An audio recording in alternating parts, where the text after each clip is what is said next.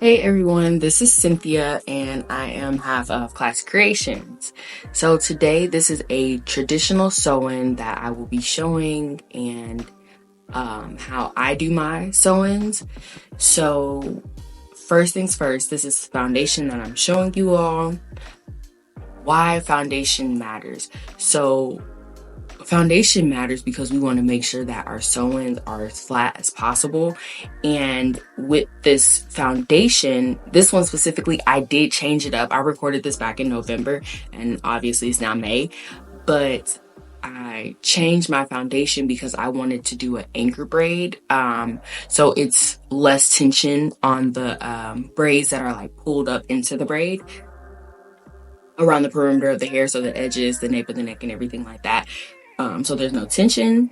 And I do use braid hair depending on the texture of the hair, right? So if it's a looser curl pattern, I do use braid hair depending if their hair is a little bit thinner too, so that the foundation is lasting a little bit longer. And I also do like to use the net, which you can see now.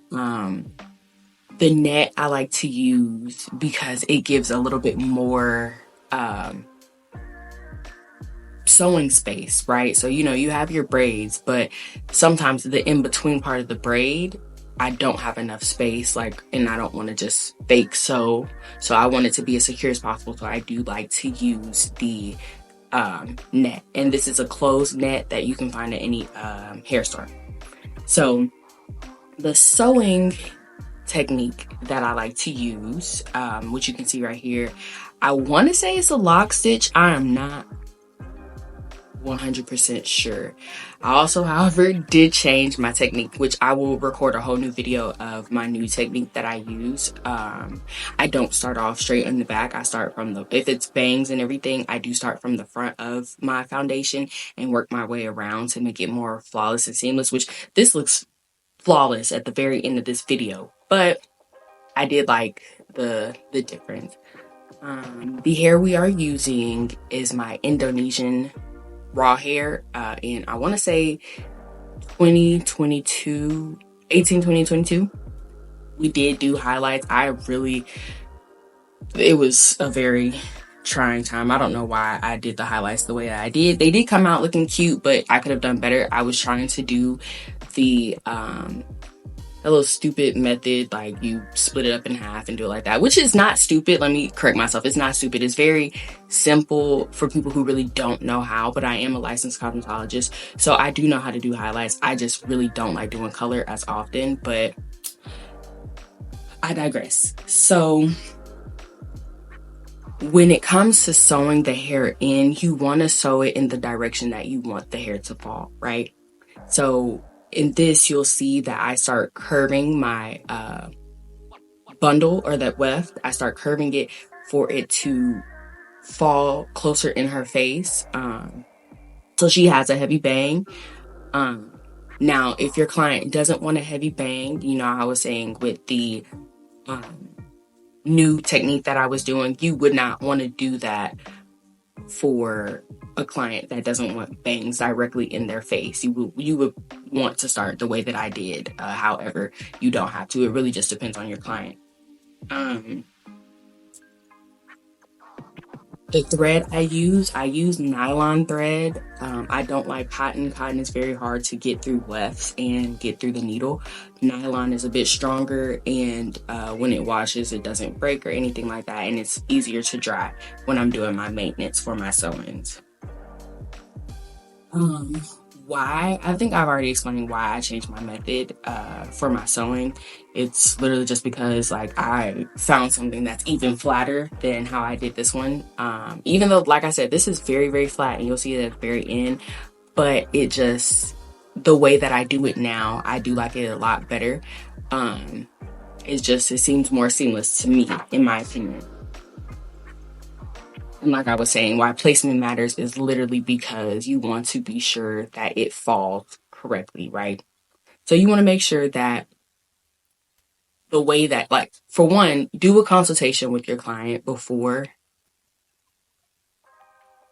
Do a consultation with your client. I'm sorry, something popped up.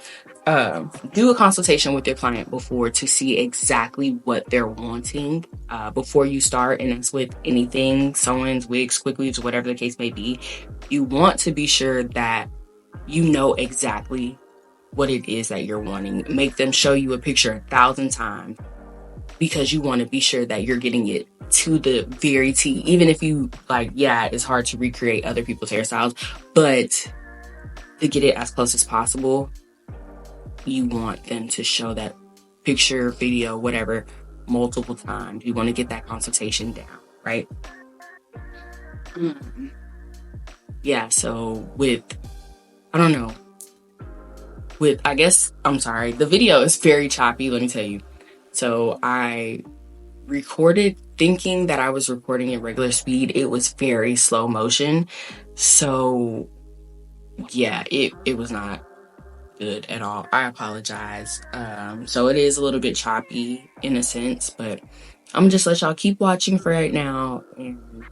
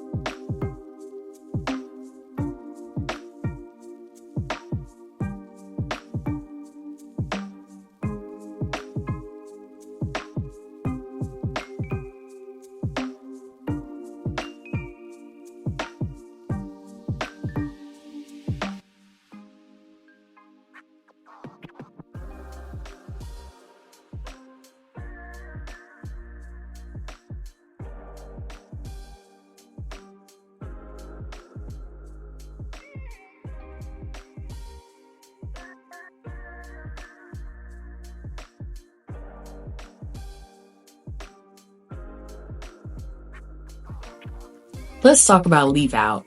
What is too much or too little?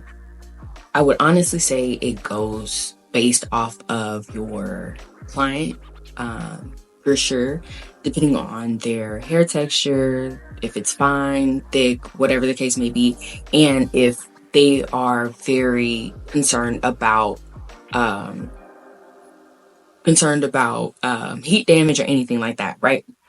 So for her hair is not fine. It is a little bit thinner, like, cause it's a fine texture. Like, it's very, very soft and curly. So we did do enough to make sure that it covers both sides of the tracks the wefts on both sides of her hair.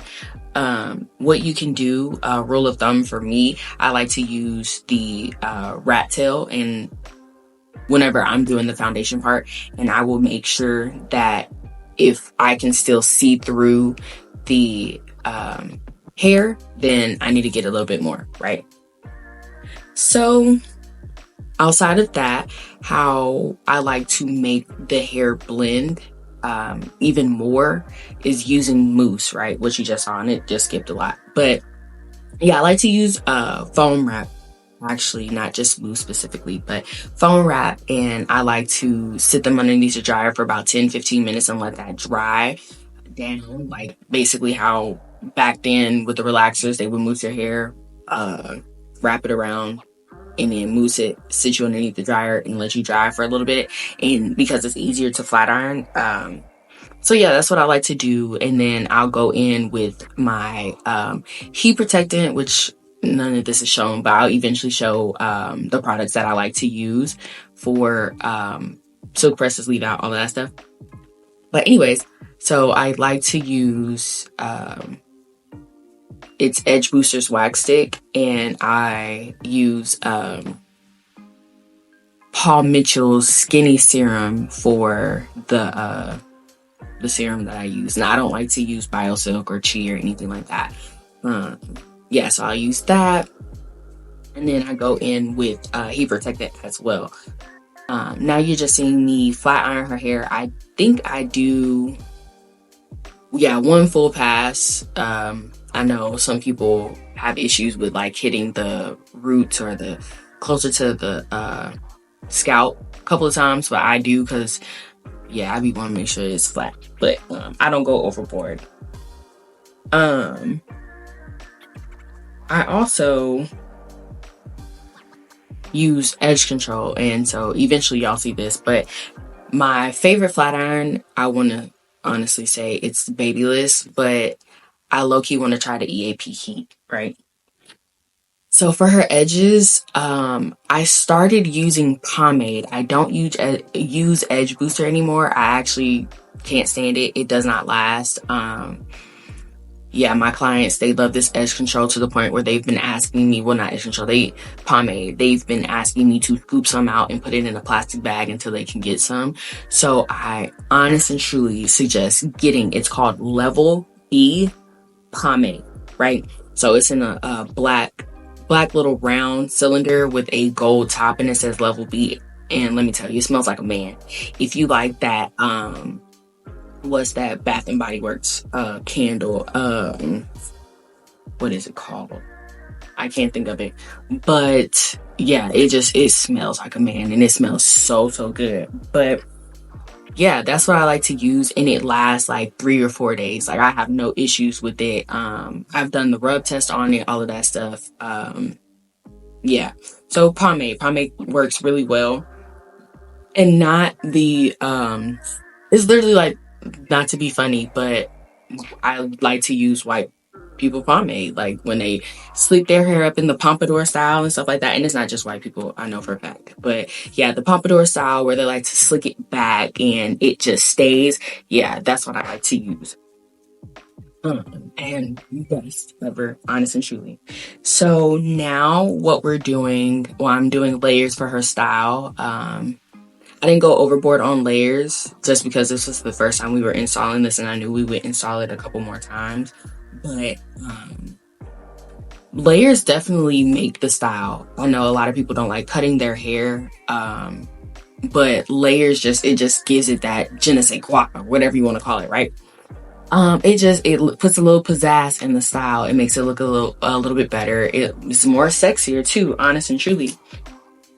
For the curls, like, depending on the type of curl that you want, depends on your curling iron, right? So this, I want to say this was my T3 1.75, I want to say.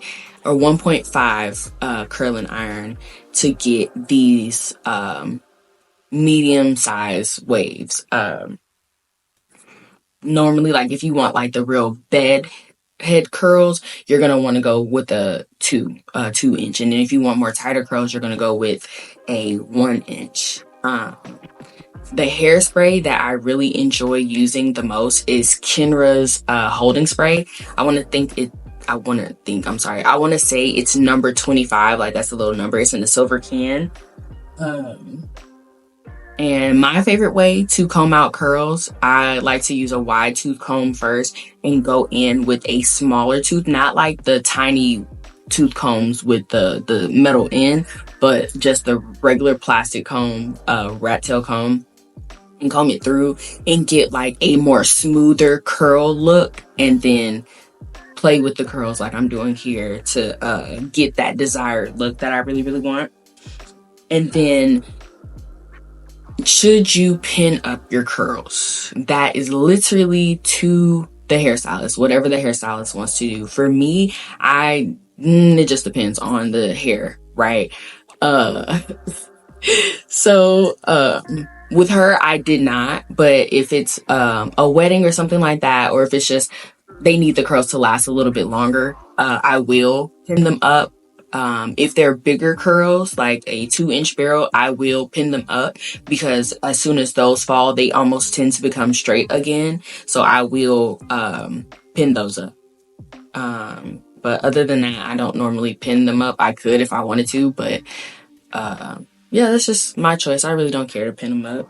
But, yeah, so this is the end or close to the end. You're going to continue watching me play with these curls until I get them right. I am really upset with myself because I did not get a finishing video, a final video. So it's a picture, but next time I definitely will be getting a picture, or I mean a video too, so y'all can see like the for real finish. But yeah, just enjoy the last bit of this video and see y'all soon.